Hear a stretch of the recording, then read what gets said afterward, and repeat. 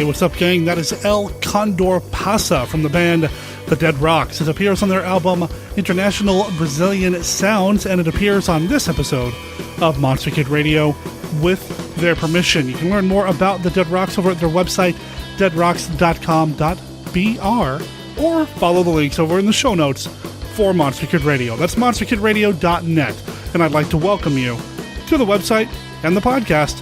I'm your producer and host, Derek M. Cook. Welcome to episode 82. Now, in this episode, we're going to pick up where we left off with sculptor Tom Biegler. We were talking about the 1959 film, The Alligator People, and we kind of left on a cliffhanger. Now, we've been going through the plot, talking about the story, hitting on the scenes as they go, and ended just as Beverly Garland was in the clutches of a very, well, kind of entitled Lon Chaney Jr., and, well, go back and listen to episode 81 to learn more about that, or just go watch The Alligator People. In fact, it's probably better if you do watch The Alligator People, because we are going to spoil the ending of the film. During the discussion, Tom and I had some hesitation about spoiling the ultimate fate of some of the characters, but then, well, you should probably watch the movie. Also in this discussion, Tom has donated another original piece of artwork. Go look at the episode image of episode 82. Look on it on your iPod, or go to iTunes or monsterkidradio.net. You can see that image there. That is his original sculpt for The Alligator People. And we're going to tell you how you can enter into the drawing to win this sculpt at the end of our discussion about The Alligator People and a few other things. We're going to talk about Beverly Garland, a few other movies, and a few other bits of trivia and other Alligator People and related things. Also, I have a little bit of news regarding some upcoming Blu-ray releases. Godzilla films being released on Blu-ray, I believe, for the very first time. You'll have to come back to hear about that at the end of this episode as well. Now, this episode is going out on Thursday, March 20th. Now, I don't know if you have time to get to the Hollywood Theater in Portland, Oregon, but if you do, you got to join me for Monster Kid Radio Crashes El Santo and Blue Demon versus the Monsters. This is the third and final installment of the Cinescopio film series of 2014. The third and final installment of the Cinescopio series, in which they are focusing on Luce Libre films. We've covered these crashes in previous episodes of Monster Kid Radio. I'm going to cover this crash again. Probably going to hear that recording next week here on the podcast. But if you are in the Portland, Oregon area and want to join us in person, all you got to do is show up at the Hollywood Theater for the movie. Although you probably ought to go to the Hollywood Theater's website ahead of time and buy your tickets in advance. That's over at hollywoodtheater.org. And that's theater spelled with an R-E at the end. .org, or just follow the link in the show notes, or look for the event page on Facebook, because Monster Kid Radio is on Facebook. We have a Facebook group which you can join and get into conversations with Monster Kid Radio listeners between episodes. We also have a Facebook page. Now, we are trying to get to 300 likes of the Monster Kid Radio page by the end of March. As of this recording, we have 271 likes. What happens when we get to 300 likes? Well, I'm going to do a little dance, and who knows what else. And since we're speaking of challenges, I think I'm going to go ahead and mention the 50 review challenge. I haven't mentioned that in a while. If you are an iTunes user, please consider dropping us an honest review in the iTunes store for Monster Kid Radio. Once we get to 50 reviews in the iTunes store, we're going to launch a special Creature from the Black Lagoon podcast as part of the Monster Kid Radio network, but we got to get to 50 reviews to make that happen. As of this recording, we have 40 honest reviews in the iTunes store, and that's what we're looking for here, honest reviews. I'm not just asking for a 5-star review. I'm asking for your honest thoughts and an honest rating in the iTunes store. Of course, we appreciate everybody's support in all the other channels and places you can listen to Monster Kid Radio, whether that's Stitcher or some other podcast directory. We appreciate all of your support, and we appreciate you swinging by our website and checking out everything else we have to offer, like our Live 365 channel, our YouTube page, and our Flickr album. Again, that's monsterkidradio.net. If you have any thoughts about anything that we've talked about here on the show, you can email me at monsterkidradio@gmail.com, or you can call us and leave us a voicemail at 503-479-5657. That's 479-5MKR. That's also on our website. So you have no excuse if you have something you need to share with me here on the podcast.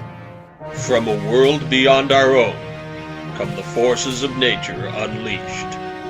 Daikaiju Attack, the serialized giant monster story, presented free every week on daikaijuattack.com and sdsullivan.com. Become a member of the Daikaiju Attack group on Facebook.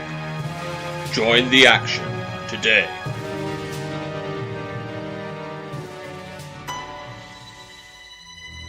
Hi, this is Ruby. And I'm Hater.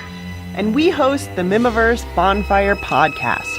A podcast based on Christopher R. Mim, a Minnesota filmmaker who's got 8 films under his belt, soon to be 9. And they're all 1950s-style black and white movies. The podcast revolves around actors, the making of the films, and various other little fun bits. And technicians. You can find us at sainteuphoria.com. Or like us on Facebook. That would be the Mimiverse Bonfire Podcast. Hope you tune in.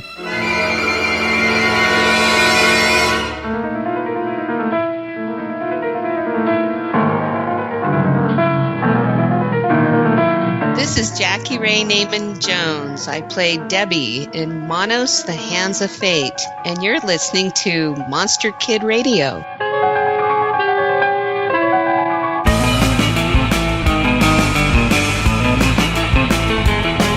When we last heard from Derek and Tom, Joyce Webster had found herself in the wet, creepy clutches of Manon, the man who dwells in the swamp amongst the gators, even though he hates them. And he's about to start taking advantage of this passed-out woman on his bed. What happens next?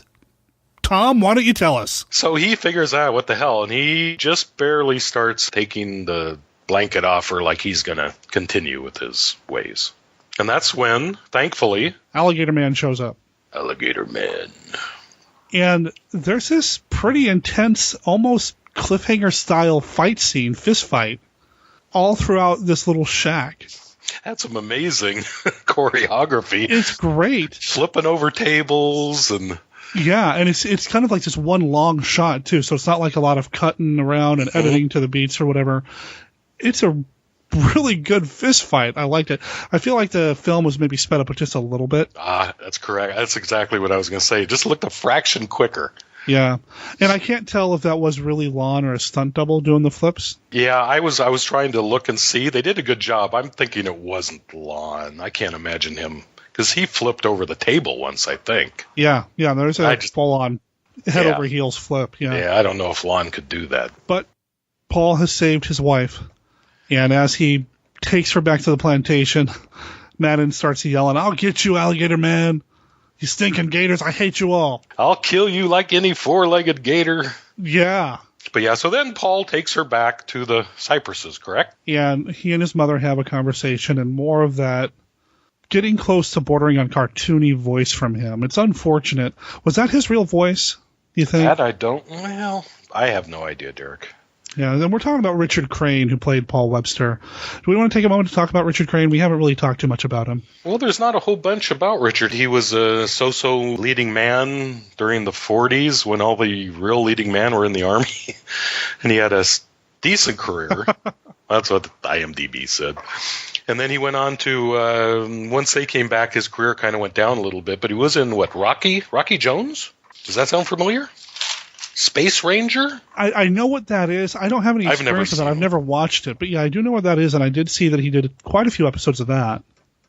Yeah, I think that was his big thing in his later career. He died real early at 50 of a heart attack. So that's always unfortunate. Yeah. I mean, I liked him in this, with the exception of his voice slowly getting worse and worse as we go. Yeah, I think he would have been better served just using his own voice. Yeah. It just made it sound too cartoony. Yeah. He brings his wife back to his mother and tells her what happened, and she's going to take care of her, while he's going to go talk to Dr. Sinclair because, he needs to get his wife out of there, and he needs to be cured so he can do that. And he really wants Sinclair to just speed things up and let's get this fixed. Cure me, please. Make it happen tonight. Yeah, and Sinclair wants to wait weeks or months to do the appropriate tests, but Paul will have none of it. So he finally convinces Sinclair to do it tomorrow night. Yep. So he can at least test it on some gators first to get the appropriate dosage of the cobalt. Because when you've got a guy who's manipulating all this electricity and radiation and who knows what else, you want to rush him. It's a good idea. Well, he's desperate. He is.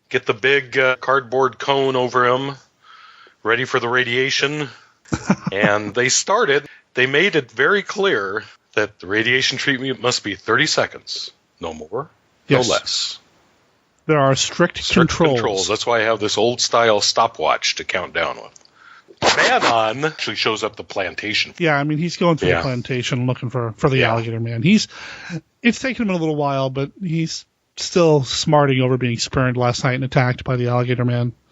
So he's on a tear. He wants him. He's probably drunk. So he's looking for him. The treatment is just almost ready to start. Now, what did you think of how the treatment looks? There's obviously some optical effects going on here. It was loud. It had a real loud sound effect. Our two little dogs didn't like it very much. It was very sharp, but it was a very piercing.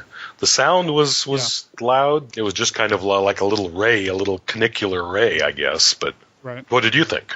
It felt different than what you see in the Universal movies. A lot of times it looked like it was just a still shot. You know, we just got like maybe a couple of seconds of a freeze frame of something that had been doctored up or painted on, that sort of thing. It was different enough to be interesting for me. I don't know, it looked different to me than what I normally see. But while that's going on, Manon makes his way to the lab area, has a confrontation with one of the orderlies, has a confrontation with Hawthorne. I've got the movie playing here on my screen. I've got the sound off and I'm watching it. And at one point, the orderly has Manon in his hands, and Hawthorne's there talking to him, and Manon raises his hook hand, and she flinches. I don't know if it was intentional. I'm just now noticing this. I didn't notice that. I don't know if it's an intentional thing or he just got closer than she was comfortable with. But yeah, there's this flinch, which just, now that I think about it, adds this level of danger to what's going on here. Unfortunately, it also highlights the fact that it's a pretty weak-looking hook hand. It's clear that, he's just got his hand in a rubber appliance with a hook at the end, which I don't know what else he could do, especially back then. It's not like you can Lieutenant Dan it and CG something in or whatever, but it looks all right. But Madden's forcing his way in, and the doctor tells him to get away, and, well, Madden's punching people again. And he knocks Dr. Sinclair right out. Just knocks him out of the way, and looks into the other room through that little window, through that little opening, and at this point things are sparking and smoking, and the lab's starting to go up a little bit. It's not on fire, but it's all smoky and sparky and doesn't look safe at all. And Madden goes walking in because, well, there's the alligator man. I'm going to go get him. And that's when we get the reveal of what I think is a better makeup than what we've been seeing Paul in for the whole film. I think it's a pretty striking image to see that alligator head on there. They did do a pretty good job. I do like it. And at first, Madden's like, "You're not Paul," but it doesn't matter. At this point, they start circling around the table, and evidently the extra radiation caused Paul to grow his snout and become an actual alligator man. His mother passes out, and she faints away. Well, let's see. First, let's go. So, do we need to talk about what happened to Madden? Do we want to talk about his final fate? Well, we could talk about his fate and leave Paul's for the watchers. All right. Basically, he goes to attack the alligator man with his hook, and his hook gets stuck in an electrical cable, and it electrocutes him, which is, I don't know. I was hoping I would see a fight between the alligator man and Manon. It's really unfortunate. I mean, it would have been more of a poetic justice kind of ending if the alligator man or alligators themselves killed Manon. Mm-hmm. The Manon got killed in the swamp by the alligators that he hates so much. I hate him. It'd be nice to see this come up and kind of thing, but that doesn't happen. So, he's just hanging there by this electrical cable, and there's sparks everywhere. Paul's run off by this point. Joyce is right after him. And this is when the entire laboratory explodes, killing, I'm sure, everyone inside. Yeah. Then when Paul first runs out of the lab, it's fairly obvious that this guy in this mask could not see a thing. I'm sure you noticed that. There's a station wagon parked right in front of the lab, and I'm sure he's supposed to run around it, but he bumps into it twice trying to get around it. He really does. That was kind of odd. Like the first time I could see he's panicky, but the second time he didn't know the car was where he just it was. missed it.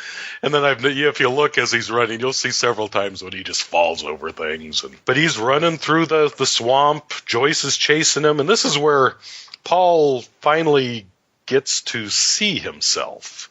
He comes across a little pond and looks in and sees his reflection and sees what he has become. Yep. And I can't imagine you'd be too happy about that. So. And a second ago, I said that I really liked the headpiece. Mm-hmm. Unfortunately, as he's running around the swamp, it becomes very obvious he's wearing like a rubber suit. And he even wrestles with an alligator at one point. He goes to, I guess, bite the alligator, and his snout kind of gets all rubbery. And it's unfortunate, but... It's a nice static image, but as far as the practicality for things, it's tough. Well, and at one point he even opens his mouth when he's in the lab before they run out. He opens his mouth. I don't know if he's looking to speak or whatever, but even that looked natural to me. But as he's moving around and getting more physical, it looks like he's wearing a turtleneck sweater. Yeah. And something happens to Paul, and we'll leave that mysterious. But there's a reason why Paul's not in the doctor's office going under this hypnotherapy session. So I'm pretty sure it's not good for Paul. But no. And you go. And then we go back to the doctor's office. Yeah. Yeah. No, you should just say what happens to Paul. Do we care? Why not? If we already gave people a chance. This is another example of an anticlimactic because I'm sure of the logistics of having Paul fight an actual alligator more realistically. I'm sure it was a lot more difficult because that would have been far more satisfying. But Paul, if you don't mind me, just go for it. He stumbles into quicksand. And that's that. And that's the end. And she's screaming, and then scene, and then we're back at the original doctor's office, Dr. McGregor's. And they're playing back the tape of the session they just had with Jane, Joyce, Jane, Beverly.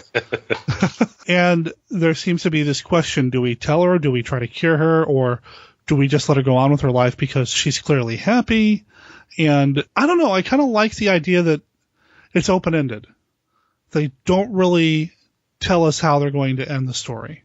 Are they going to tell her? Are they going to try to cure her? Or do we just let her be? Because, yes, she suffered this horrible tragedy, but if she remembered any of that, she'd be a mess.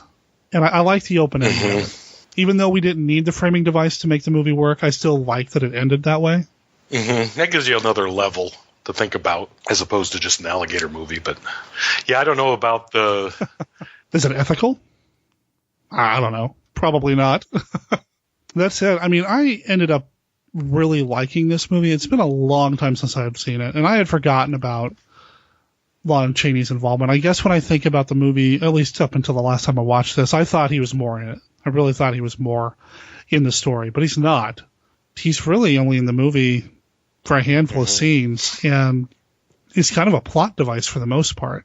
A strong presence, though. Oh, he's certainly charismatic. He's certainly part of the film, for sure. Now, is this one that you have had a lot of experience with? I'm sure I've seen it a half a dozen times, but I hadn't watched it for probably several years until just about a week ago when I watched it, 2 weeks ago. But I really enjoyed it. I enjoyed it actually more than I thought I was going to. It is good. I mean, it's got more than just, oh, it's a movie about alligator people. I mean, there's a little bit more to it than that. And there is a little bit of, as you said earlier, there's a little bit of everything. I mean, you got creatures, you got science, you got Bev, you got amphibious cars, and that, there's just a lot. I love that amphibious car. I want one so bad. I looked that up. It's some kind of an old Ford from like the 40s, but I can't remember exactly what it was. Something they did for the military, I think. But anyway. Now, as far as the Alligator People design, the makeup, did you see the names of the people who were involved in the makeup on that? Who is it? Ben Nye, legendary makeup effects artist, has his name on a lot of makeup supplies that are being used now. And Dick Smith. That's who I remember. Dick Smith, the man behind The Godfather and The Exorcist and Taxi Driver. He was involved in this film. That's just cool. I don't know who did what on the film. I don't know, how they broke up the responsibility of the makeup, or if it was a true collaborative effort. Either way, though, it was really neat. And like you said, as a static sculpt, I like that image of the full-on alligator head. I like that. And I think for the most part, if it wasn't for the silly voice, even the mid-scene between human and alligator head, that makeup, the scaly face and all that, I kind of liked that as well. Although there are a couple of times when you can see that it was only on his hands and his face. I still like the look of it. It's just that unfortunate turtleneck sweater-looking chest piece that kind of broke it for me. But I thought it was cool that they were involved in that. I mean, Dick Smith, who is a multi-award winner, Yeah, I would be curious of the budget. I can't imagine much in the way of budgets for that. Because I compare like that, like to The Creature. Comparing the look and how well it was done. I mean, The Creature looks so much of higher quality. Yeah. But I'm sure the budget on this couldn't have been much. I wouldn't imagine it would be too much. And I mean, I think the minute you put a monster in a wet setting like that, especially from the 50s, I immediately go to Creature because as the benchmark. That's true. Classic. It just is. I don't know what the budget on the Alligator People was. I mean, it's from 20th Century Fox, and they're not messing around. They've got the money to spare. So I don't know. Now, it was written by Orville Hampton. He's the person who wrote the screenplay, and he wrote quite a bit. I mean, at least in terms of the kinds of movies that we might cover here in the future. You know, The Four Schools of Jonathan Drake, The Atomic Submarine.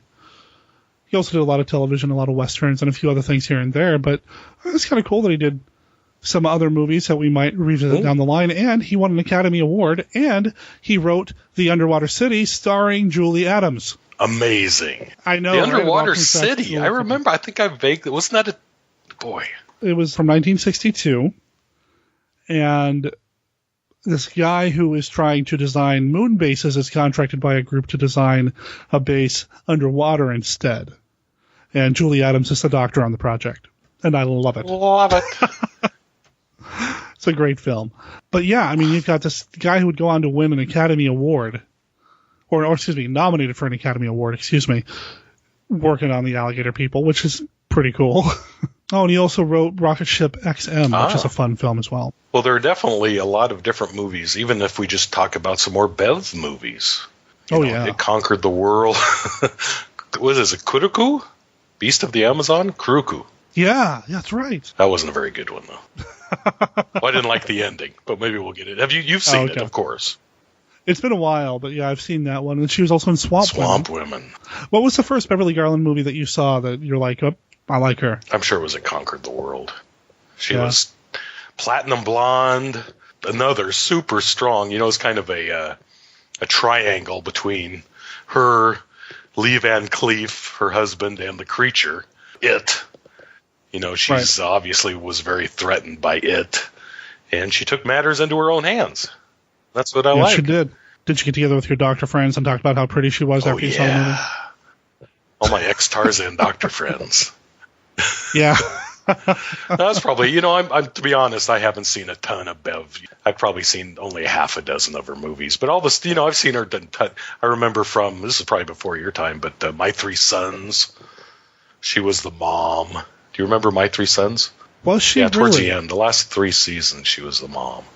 I think that's probably the first time I saw her. That was like in the late 60s, I think. Yeah, Ed McMurray's wife. Now, I'm familiar with the show, and I've got the theme song stuck in my head right now. Thank you. I can't remember the theme song. Don't hum it. Oh, are you sure? No. What? That was it? Wasn't it with the 3 toes tapping? Oh, I remember 3 feet the tapping on the toes. That's right. Yeah. Anyway. Yeah. But probably, that one was the one that I really appreciated from her. But she had done tons of stuff. She has almost 200 acting credits. So she just did massive amounts of TV, of course. Well, she was acting up through the 2000s. Wow. That's great. She kept busy that long. And you said she was really cool. Yeah, she was real nice. I mean, it was a long time ago. You know, she was real nice. Very cool. What else is there to say about the Alligator People? Then I really enjoyed it. And I think it's something that I think most monster kids would dig. I mean, it's got great monsters in it. I cringe a little bit about the alligator usage, but I think you're right. I think they probably hired a couple of alligator wranglers and brought them on with their alligators and had them do their thing. I can't imagine that if they had hired an alligator wrangler, they would have killed one to run it over with a car. I mean, that's part of their business. And I never saw one actually, you know, when Lon was shooting, they were obviously squibs or whatever, but you never saw him actually hit a gator. He missed him by quite a bit, so. There are a few shots where you see the alligator in the swamp water, and next to it, the water explodes like it got hit with a bullet. But that could have been a squib. That just could have been an air hose, you know, running water up. It could have been anything. It could have been done safely. You know, we don't know for sure. I did like how it was shot. I mean, it was a widescreen. This was a full picture. Wasn't this CinemaScope or? That kind of gives it a level of class, I feel like, that sometimes you don't get with the cheapy science fiction movies of this era. No, it had a good So part of my problem when I watched it the first couple times, I watched it on my iPad.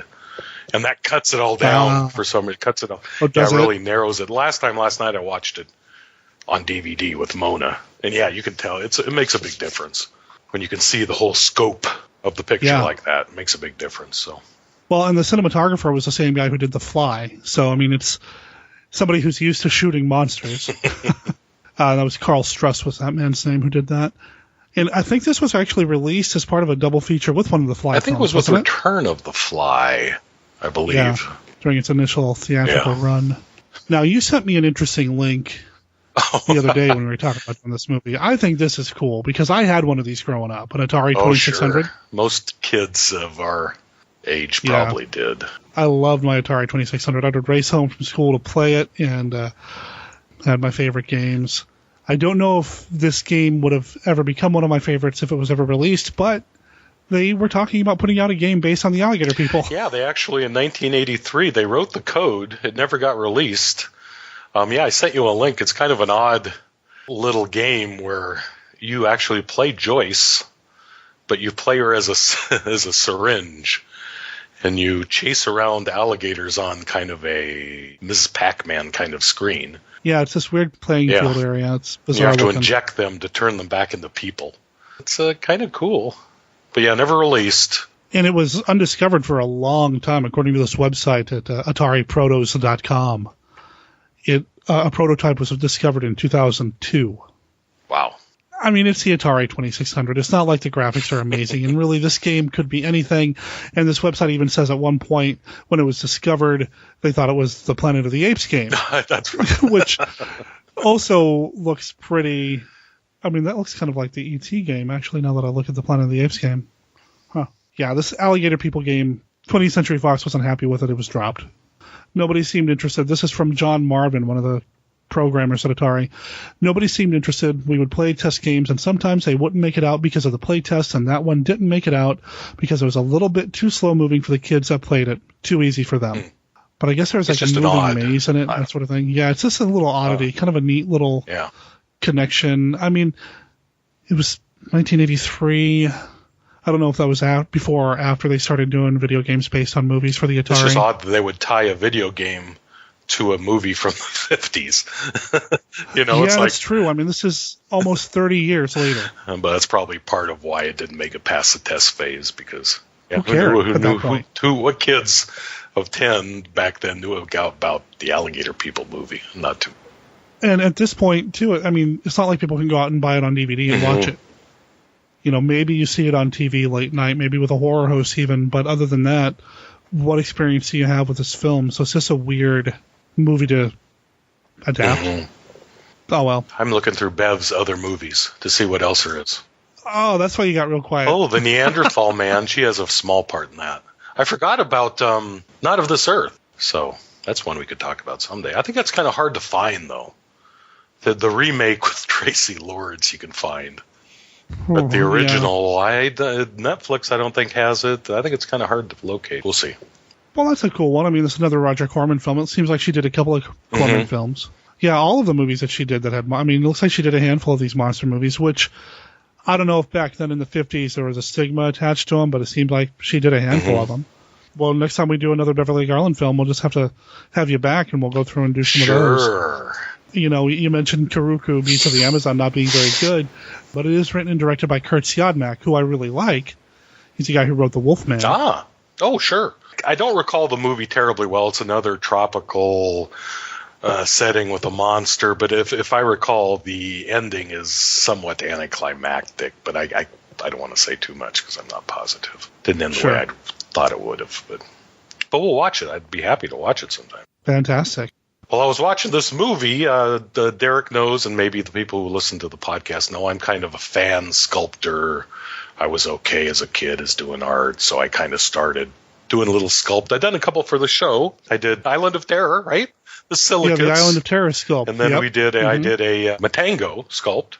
Yeah. So I decided to work on a little one, and this is a super quick sculpt. I did it in a day. I did it and painted it. But I did a little sculpt of a bust of an Alligator People with a little smaller bust of the strange white-robed figures with a little poster. I did want to, part of the podcast deal, I'm going to offer it to one of the listeners.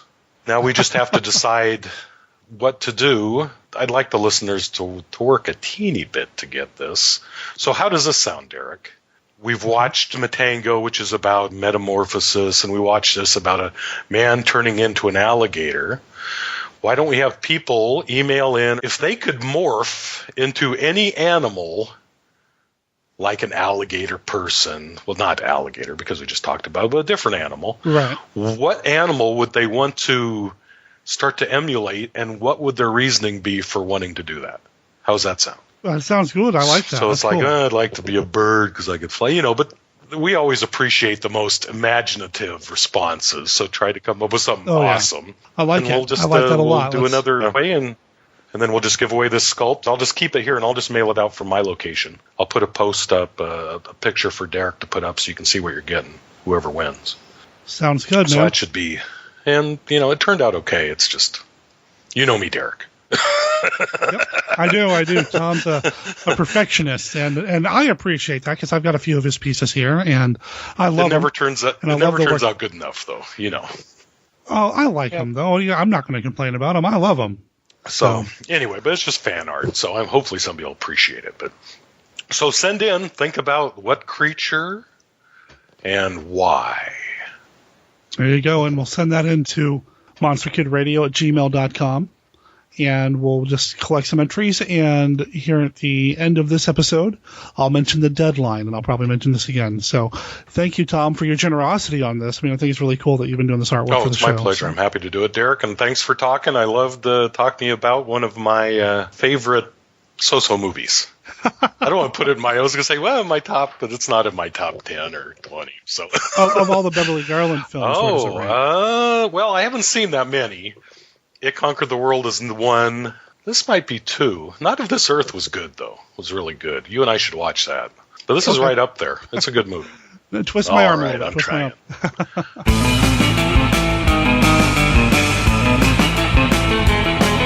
This movie was a lot of fun, and I hope you guys and gals had fun with the Alligator People. As much fun as I did and Tom did talking about the movie. This one, like I told him, and like I've mentioned on the show, I haven't watched it in a very long time, and I'm very glad that Tom brought it back up to my attention because, 1, you can never go wrong with Juan. 2, Beverly Garland is fantastic. 3, I love the iconic image of the alligator face. 4, I love the music. 5, it's in CinemaScope. 6, science. It's just a fun film. Highly recommend you guys and gals watch it if you don't think we spoiled it too much, and if you haven't seen it before. Pretty easy to get your hands on. It's available on DVD. It's also kind of easy to get your hands on one of Tom's original pieces of artwork. He mentioned the contest. He's donating this piece of artwork, this original sculpt. Again, look at the episode image of episode 82 of Monster Kid Radio at monsterkidradio.net, or just look down on your iPod or smartphone and look at that picture. That's Tom's original artwork, and he's going to give that away to a lucky listener of Monster Kid Radio. As he mentioned, the way you enter is to email me at monsterkidradio@gmail.com, your name, your address, and tell us what you'd want to morph into. And why. Make it fun, make it interesting, make it creative, make it feel like a 50s science fiction movie if you want. The entries that make us smile and laugh are the best types of entries. I'm going to take all the entries, put them in a drawing, draw a winner, and we'll announce the winner on an upcoming episode of Monster Kid Radio. Why don't we say the deadline for this contest is April 1st? Easy to remember. April 1, monsterkidradio@gmail.com. Name, address. You might win this original piece of artwork from Tom. I have a few different pieces of Tom's of my own here at the Monster Kid Radio studios. In fact, if you go to monsterkidradio.net and you look over on the right-hand side, you'll see a sign that says Monster Kid Radio. Looks kind of spooky. Looks like one of those radio signs that says on air. Has a little hand coming up on it. That's one of his pieces. I take it with me whenever I go to a show or a con and I have the opportunity to be set up and do something for Monster Kid Radio, like the upcoming H.P. Lovecraft Film Festival and Cthulhu Con. I'm going to be one of the guests at this year's festival. Learn all about it over at hplfilmfestival.com and look at all the other more than worthy guests that are going. I'm honored to be included on the guest list with people like Robert Price, Doug Bradley, Ken Haidt, S.T. Yoshi, Joe Pulver, Sandy Peterson. These are some amazing people in Lovecraft circles and spooky movies, and I mean, it's just going to be a lot of fun. I've been going to the Lovecraft Film Festival for years, and the best way for you to enjoy the entire event is to buy a 3-day pass. If you get on it right now, March 20th, $55 for a 3-day pass. After that, it's $60. It oftentimes sells out. So if you want to get in on some of this, you gotta buy a ticket in advance, especially since you're going to see some amazing movies that, I mean, when was the last time you got a chance to see Curse of the Crimson Altar on the big screen? Christopher Lee, Boris Karloff, Barbara Steele, come on. Now, am I going to have that Monster Kid Radio sign with me at the festival? Probably not, because I'm going to be running around playing the role of the roving reporter or podcaster, recording for upcoming episodes of Monster Kid Radio. Probably going to be involved in a panel or two, and I'm going to try to record those for upcoming episodes as well. And, I mean, it's just going to be a lot of fun. Like I keep telling everybody, the best way to find me at one of these events is to look for the big guy wearing the Hawaiian shirt who looks like he's having the most fun in the room. And I typically have a recorder in my hand. Come up and say hi if you're going to be there at the festival. Or if you're going to be at Crypticon Seattle. This is happening in May. That's down the line, so you got some time to plan. Christopher Mim has been added as a special guest to Crypticon Seattle. This is the first time he's come to a Seattle convention, been to the Pacific Northwest for a show like this, and I'm in talks to be there as well. Probably going to be a panelist. As I learn more, you guys and gals will learn more. At the top of the show, I mentioned there's some news about some Godzilla Blu-rays. I want to go ahead and share with everybody that Sony is releasing 4 Blu-rays. Now, these are available for the first time in Blu-ray in North America. It's going to be a 2-disc Blu-ray set. They're remastered in high definition. Let me run the titles down for you. The first release is Godzilla vs. King Ghidorah and Godzilla and Mothra, The Battle for Earth. The second one is Godzilla vs. Mechagodzilla 2 and Godzilla vs. Space Godzilla. Godzilla vs. Destroya and Godzilla vs. Megaguirus. It's the third one, and the fourth one on the list is Godzilla Tokyo SOS and Godzilla Final Wars. Now, these are movies that are typically outside of the Monster Kid Radio era, or I don't want to say wheelhouse because they're giant monster movies, and how can you not love giant monster movies? These are movies from the 90s to 2004 is when Godzilla Final Wars came out, but I'm still excited about these movies coming out. I'm excited about the new Godzilla film. Anything Godzilla is always going to have a home here on Monster Kid Radio. As we learn more about these Blu-ray releases, we'll talk about it here on the podcast. These will be released on May 6th. They'll come with a digital HD ultraviolet. I mean, come on, they're in Blu-ray. You cannot have too much Godzilla on Blu-ray, and you just can't. I want to talk a little bit about what's coming up next week on Monster Kid Radio. Now, this is assuming that I'm able to produce the show. As I mentioned on last week's episode, I recently lost my grandmother. She passed away over the weekend, and that part of the family is in a completely different state, completely different time zone than I am. So there are some things going on that may take me away from the Monster Kid Radio studios. And if that's the case, you may not see regular episodes next week or the week after that. You might just see one episode. I may need to take a break. I'm going to keep everybody posted if that's what I have to do. But I do have some content. I have what I'm calling kind of an uncut or uncensored bit with Joe Blevins about Ed Wood. When we recorded the Ed Wood conversation that went out on a previous episode of Monster Kid Radio, this would have been episode 79 and 80. Well, Joe and I ended up talking for about half an hour about Ed Wood movies before I actually started the show proper. Now, we ended up repeating some of what we talked about, which is why I didn't include it in episode 79 or 80. But I still have that content. I still have that conversation. So I might put that out as kind of an uncut Wood episode. And of course, everything that happens at the Monster Kid Radio Crash tonight, I'm going to record and put on a future episode of Monster Kid Radio as well. After that, who knows? I've been looking at the list of previous guests and the list of people that I'm talking about having as new guests on the show, and I'm kind of excited about what 2014 is going to bring Monster Kid Radio, especially now that we've been nominated for a Rondo Award. Head over to rondoaward.com to learn all about the Rondo Hatton Classic Horror Awards. And know that we here at Monster Kid Radio are incredibly touched and honored to have Monster Kid Radio nominated in category number 23. That's the best multimedia horror category.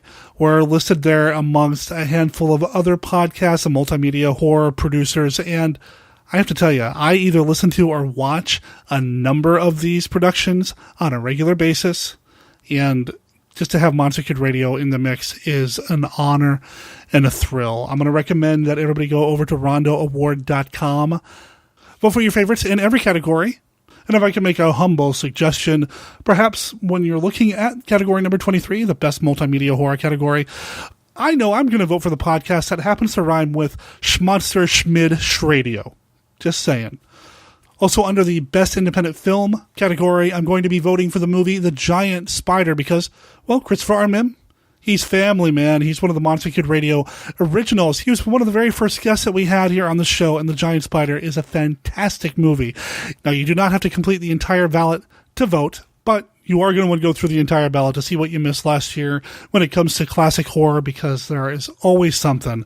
And David, the man behind the Rondo Awards, does a bang-up job of finding at least one or two things that I forgot last year, which means I've got to crack open the wallet, and, well, that's my problem. I probably need a support group.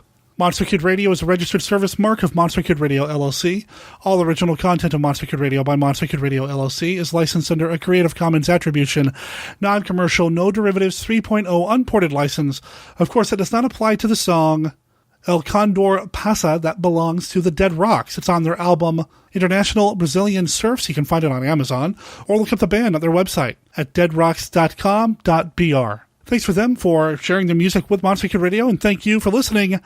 Talk to you soon.